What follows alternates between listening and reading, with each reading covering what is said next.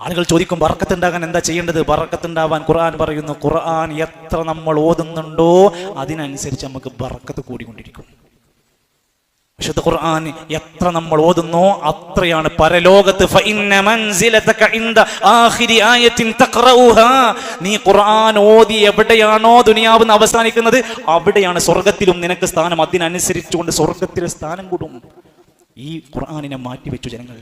പകരം മാലയും ഹദ്ദാദും റാത്തീബും അടക്കം. ഇന്ന് രാവിലെ ഞാൻ ഒരാവശ്യാർത്ഥം ഇങ്ങനെ ഫോണിൽ സ്വലാത്തുമായി ബന്ധപ്പെട്ടൊരു കാര്യത്തിന് വേണ്ടി സെർച്ച് ചെയ്തപ്പോൾ ഒരു സ്വലാത്തിന്റെ ചാനലിൽ ലൈവ് നടക്കുകയാണ്. സ്വലാത്തുൽ ഫാത്തിഹ എന്ന് പറഞ്ഞുകൊണ്ട് പുലർച്ചെ രാവിലെ 5:30 മണിക്ക് 25,000 ആളുകൾ ആ ചാനൽ കണ്ടുകൊണ്ടിരിക്കുകയാണ്, ലൈവായിട്ട് കണ്ടു. ഒരു മനുഷ്യനുണ്ടാക്കി അയാളുടെ കച്ചവടത്തിന് അയാൾക്ക് ജീവിക്കാൻ വേണ്ടി ഒരു സ്വലാത്ത് ഉണ്ടാക്കിയിട്ടുണ്ട്. ഈ സമൂഹത്തിന് ഖുർആനിൽ നിന്ന് ഛിന്ന ഭിന്നമാക്കിയപ്പോൾ നാട്ടിലുണ്ടായ പ്രശ്നങ്ങളുടെ ഉത്തരവാദിത്തം ആർക്ക് ചാർത്തണമെന്ന് ചിന്തിക്കണം നമ്മൾ.